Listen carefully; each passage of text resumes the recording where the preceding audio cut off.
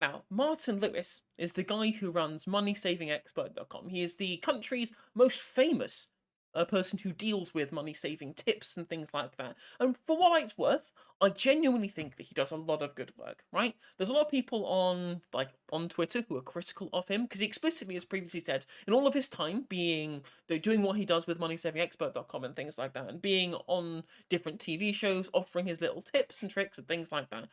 This is commendable. These are things that are good that he does because every penny saved is something that makes dealing with things like this pretty easy, right? Which is good. Which I like that. Unfortunately, the problem is that his high profile as somebody who deals with what people need to do when they're struggling as much as they are by talking only in terms of what you can do to save money to deal with the cost of living crisis. What that does do is it individualizes a systemic issue, right? When bills are low, when bills are high, sorry, wages are low, prices are going up, all that kind of stuff, and rents are very, very high. These are all things that cannot be solved from a base level by cutting a bunch of money out of your expenditure.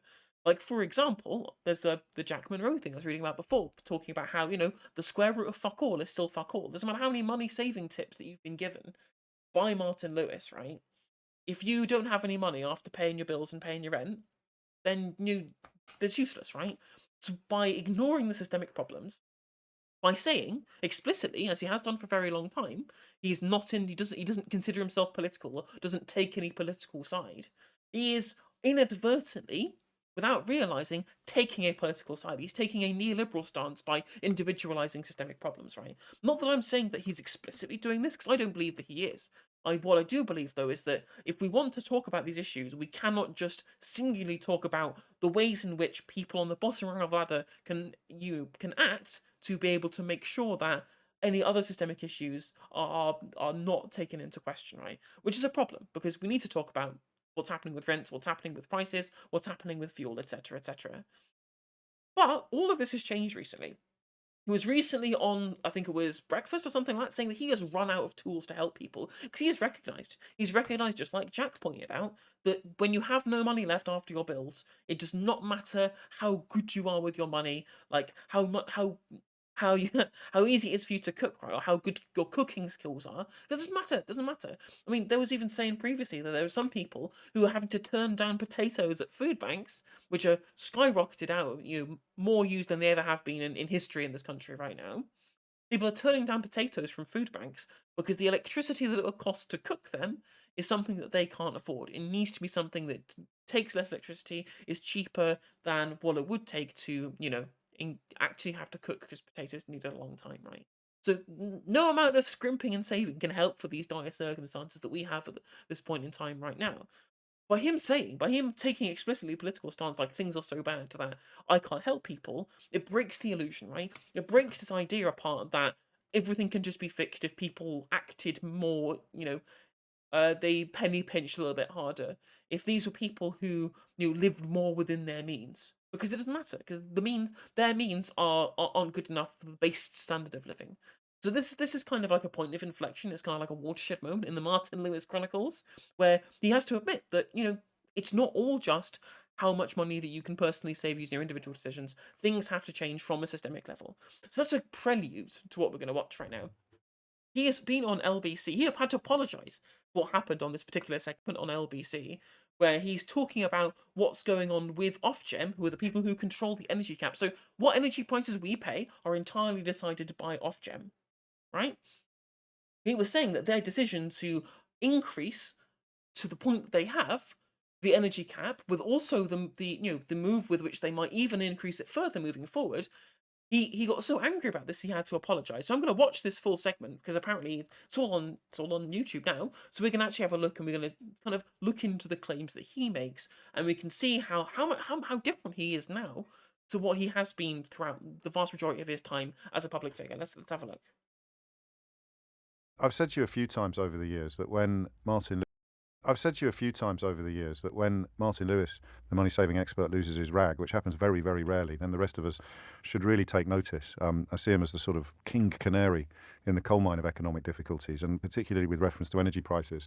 He was warning a while ago that things were going to get particularly horrible. It's fair to say he's been borne out on that. So, to that end, when he took to Twitter earlier to apologise to OFGEM staff for losing his rag in a background briefing, which he didn't have to do, of course, because only they would have known of it, but that's the mark of how honourable the man is, I thought it was probably another moment where we should catch up with him and find out. I mean, the key phrase that has excited your ire, Martin, is market stabilisation. And it's interesting how, like, the level to which the political discourse is just so poisoned by fucking civility politics. Like, well, I know I was angry about the fact that your decisions are killing people, but I'm sorry that I was angry. I'm like, no, you have a right, you have every right to be righteously angry at a body that has just taken this, and we're just going to click our fingers and kill people. Because that's what they're doing.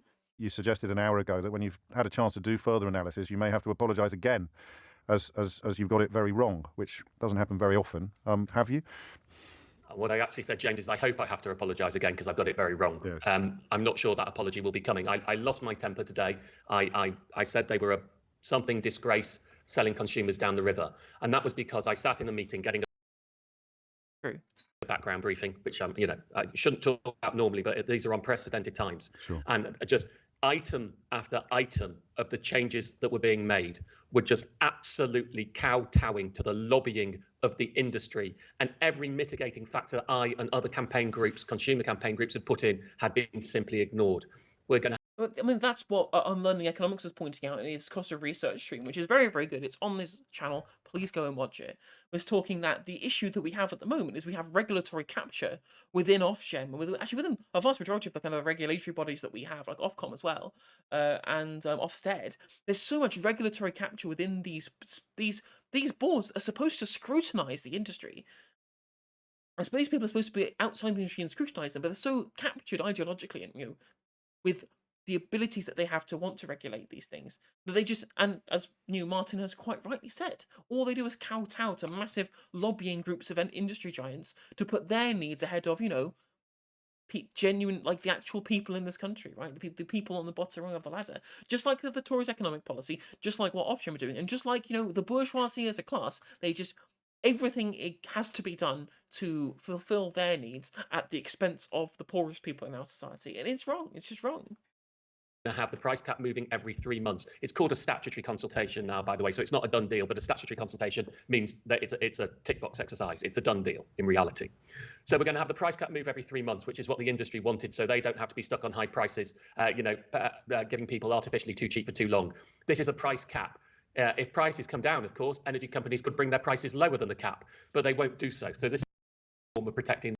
Well, that's what I was seeing. I was seeing evidence somewhere that the actual projections are showing that the prices are going to drop eventually, right? So they're keeping prices artificially high for no fucking reason. The industry. I had pushed to try and mitigate that for it to be every 4 months. That had been rejected. The way it's structured means that even though the assessment period is meant to be every 3 months, for the first time they bring this in October, they will be looking back 6 months, which in the first 3 months of that 6 months includes the historic highs of wholesale prices, which is all it's based on, and that will be factored in to protect the industry. So I was starting to ramp up in the meeting, getting very frustrated that everything that seemed to have been pro-consumer was ignored. And then we get to the market stabilisation charge. Now, what the proposal for this charge was, that we vehemently objected to at the time, is if wholesale prices drop by more than 30%, if you were to switch to a new firm away from a price cap, so these aren't people who've agreed to lock in, these are absolutely everybody on the market, the new firm would have to pay the old supplier 75% of the hedging difference. Now, that was pretty bad. But then, today, they announced they're changing it. I thought, good. It's no longer it has to be 30% below. It now only has to be 10% below for this to kick into effect. It's no longer they have to give them 75% of the difference. They have to give them 85% of the difference, pretty much all of it. And this was to prevent consumers from the effects of harmful competition. By harmful competition, they mean cheaper prices. To prevent consumers suffering from the ill effects of having cheaper prices. What that announcement does is effectively curtail any hope that if wholesale prices drop, firms will be able to offer cheaper deals for consumers who are able to switch.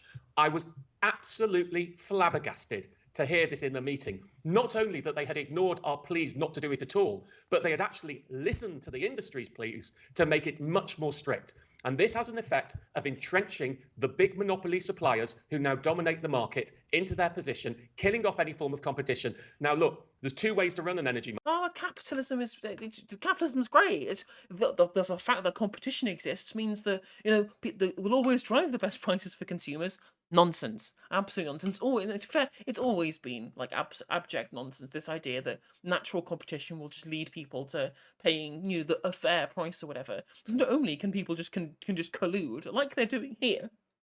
I mean, through regulatory capture in this case, rather than like a cartel or anything, but this is through regulatory capture. They can collude to make sure that competition isn't a thing that they have to deal with, but also something that's an incredibly kind of natural monopoly. Like the barrier to entry to be part of, I know, the oil market, for example, as to be a supplier of oil, right? Not like a wholesaler, which, to be fair, a lot of the spike in prices coming from the wholesalers from the distributors rather than the retailers of things like oil and things like petrol as well. Like the big markup that's happening is from the distributor end rather than the retailer end, but I digress. But petroleum specifically, is that, the barrier to entry is so high that if someone wants to come in and undercut the market, they have to be able to shell out billions of pounds or whatever, billions or hundreds of millions of dollars to be able to actually get into the market in the first place. So the competition is incredibly low because the only people who are in the industry to start with, people who are already hilariously wealthy, far more than me or you would ever get to be, right?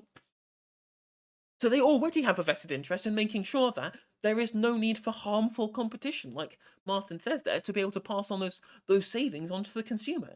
It's just like a kind of de facto cartel that they've created here. Market, you either embrace competition or you nationalise or you regulate prices. I'm pretty agnostic as to which way we do it. Right. But if we're going to try and have a system as we do, which is based on competition, we've just had our regulator who's charged with helping consumers and competition effectively kibosh any hope of cheaper prices. What they haven't done is look at the standing charge that they've inflated. That means people who try and cut their bills by reducing usage only have a minimal effect. They haven't lowered the prepaid customers, the poorest in the country, their price cap to be the same as everyone else. They haven't lowered the charges for those who pay by monthly bills, which are the most expensive and include many elderly people, to be the same as direct debit. It is an absolutely flabbergasting. Now, I was wrong to swear at them in a meeting and to call them a disgrace.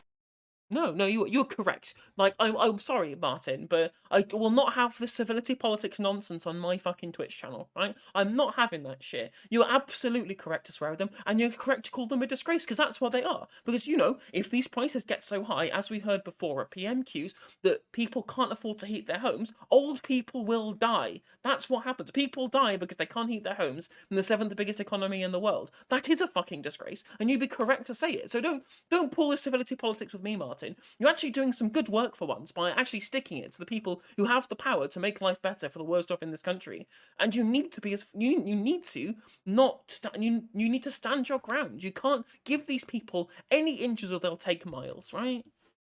Because that was unprofessional when talking with individuals, but institutionally it is a disgrace. They are selling consumers down the river, and I call on the politicians of all parties, do not let the regulator do this. Your regulator, charged with protecting consumers, is instituting policies in the middle of a cost of living crisis where people may well die because they cannot afford to pay their bills, that effectively restrict competition and keep prices artificially high when it is unnecessary to do so. And that cannot be right. And that is the reason I lost my rag this morning. I have more reading to do, but that is my initial reading of the situation. When you're in high dudgeon like this, I'm reluctant to pick it. So what about my understanding of when energy firms started going under was partly because the smaller firms had been offering the lower prices and locked in, and then they couldn't be sustained. So would that be part of the reasoning, if there is any reasoning in OFGEM's position? Yes, that's absolutely their reasoning. Gosh. And their reason is to protect people from firms going bust. Right. Now, when I first raised this, I think it was 2018, I have the documentary proof in a meeting and said the biggest problem is you're letting one man and his dog set up an energy firm with no financial checks, no customer service checks, no fit and proper person checks,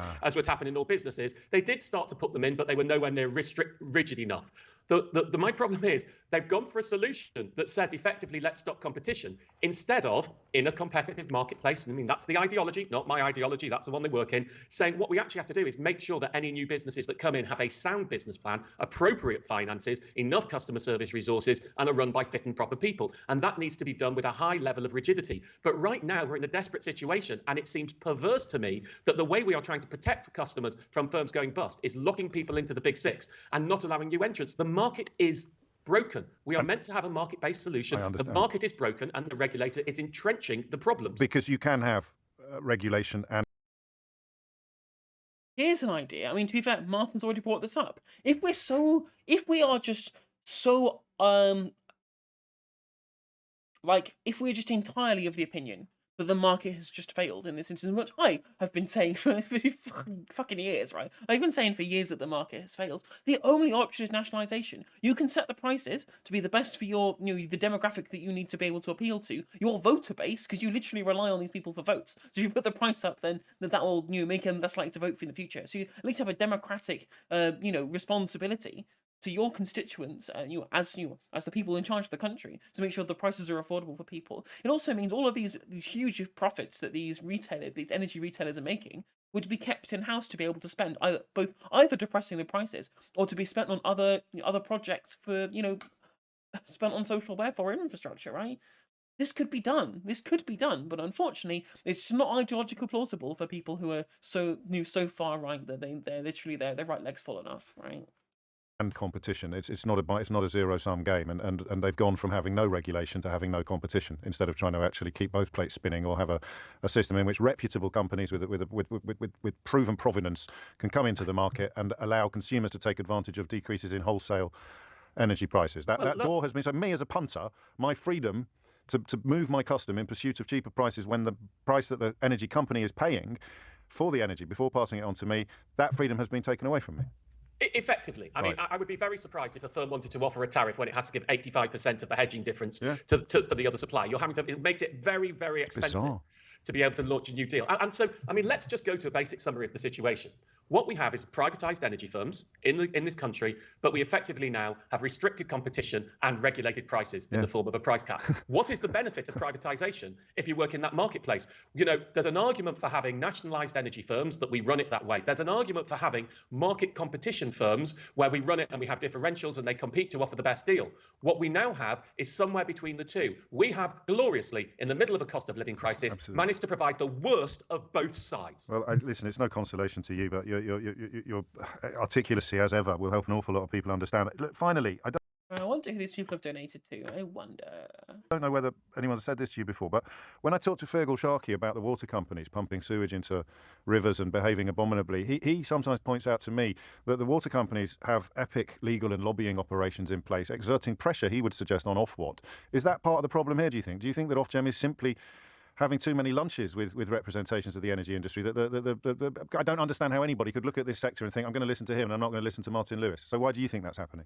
I actually don't believe this is nefarious. No, it's not nefarious, but... It is nefarious, but I mean, it is regulatory capture, because these people are not beholden to members of the public. There's no scrutiny on what Ofgem engaging, because they're an independent body. And like an independent body, they can just be fucking lobby. It's like, I'm sorry. Almost. Listen, I've always had, until today, a very good relationship with Ofgem. I've met them in meetings and I felt I've been listened to. Right. Although I'm not sure that they've always acted based on what they're listening. And they don't need to. My suspicion is what's happened here is the government is smarting from the enormous bills it's had to pay from firms going bust. Now, first of all, we all pay for firms that have gone bust.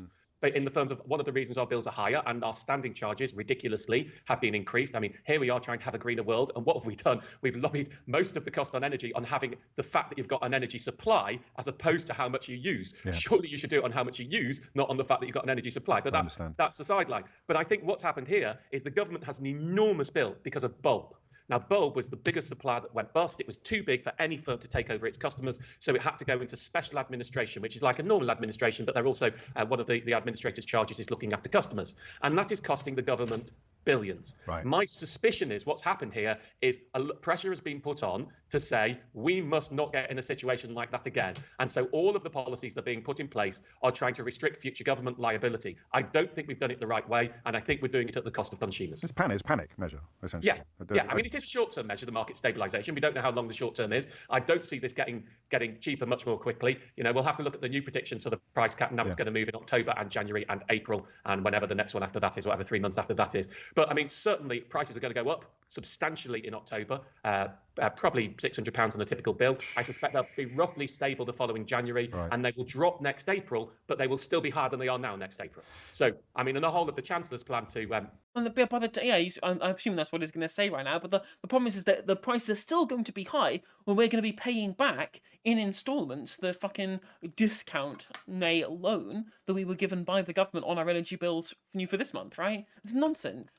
The £200 loan not loan was thinking it'd get cheaper next April. Well, it'll be cheaper than it will be in October, but it'll be more expensive than now, and then they're going to add other costs on top of bills. I mean, I'm moderating my language from this morning. It is a disaster that is selling consumers down the river. Martin, it almost feels inappropriate to say thank you, but thank you. Anyway, I will finish by saying, I often say, in these times of high stress, when you're talking to people at energy companies and their customer service staff, we must always be polite. And I broke that rule when I spoke to the staff of OFGEM today.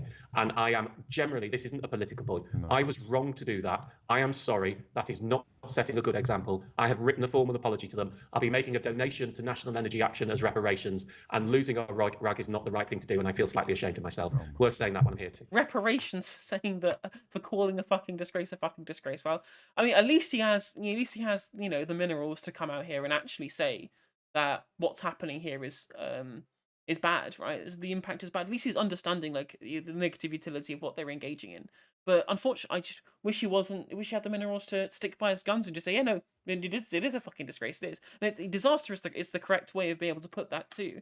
But I call this segment the social murder diaries. I might continue. I do a themed thing where we look at all the ways in which people on the bottom rung are getting screwed out of their screwed out of existence, essentially, by poor actions of this government that doesn't give a shit. And, that is what that is, right? If governments take actions by which, through fiscal policy, people die because of them, because they can't afford the basic shit, that's what social murder is. I'm sorry, but it is. And that's what's going on here. Although in this case, mostly not really the government, it's OFGEM to blame. I believe the technical term, Martin Lewis, you are a mensch. Thank you. Don't feel it today. Well, but you are. Look after yourself. Martin Lewis there, expressing, I think, a clear intellectual and emotional opposition to the measures taken today by the energy regulator to address just one element of the cost of living crisis. Of course, if you are struggling to pay your energy bills, you could always just go out and get a better paid job. Quite so. But yeah, clearly he's now seen that there is a political angle that he needs to take in this issue. And I'm very glad we are seeing Martin Lewis move on from his singularly individualist analysis previously towards a systemic analysis now, so much so that he's had to have actually been in meetings with the people who are to blame for the issues that we're seeing with the cost of living crisis right now. That's good. I just hope that message spreads along, saying things couldn't be like this. And he is correct in saying that one of the ways we could deal with this is to nationalise it, which we should. We just should do that. And then things would be much better. And we wouldn't have to worry about what ONS is going to happen and what the prices of wholesale are going to look like now versus whatever issues are being done by OFGEM to manage the cap, etc. No, just put the government in charge and government do stuff much better, and we can actually make sure that we could stratify the prices. Based on people's ability to pay. How about that? Maybe that might be something that would be good to be able to do to make sure the people who are literally on the bottom rung of this country actually are able to survive without going bankrupt. Simple. That seems. There's plenty of things that the government could be doing and they are not doing, which I think is a salient point that he's made there. So yeah, that would be good. It's good to see him changing his tune somewhat. But there we go. If you're watching this in future on YouTube, please like and subscribe. Leave a comment below calling me a lefty, loony, pinko, commie, I don't know, person who doesn't know how the economy works and needs to read Econ 101, etc. I don't know, whatever. Leave a comment, even if it's a nasty one. That helps in the algorithm. Please subscribe. If you click the bell, it will notify you when I go live, and will also notify you when I upload segments and videos and things like that. And also, please follow me on Twitch too. Link in the description. Thank you very much for tuning in, and I'll catch you on the next one.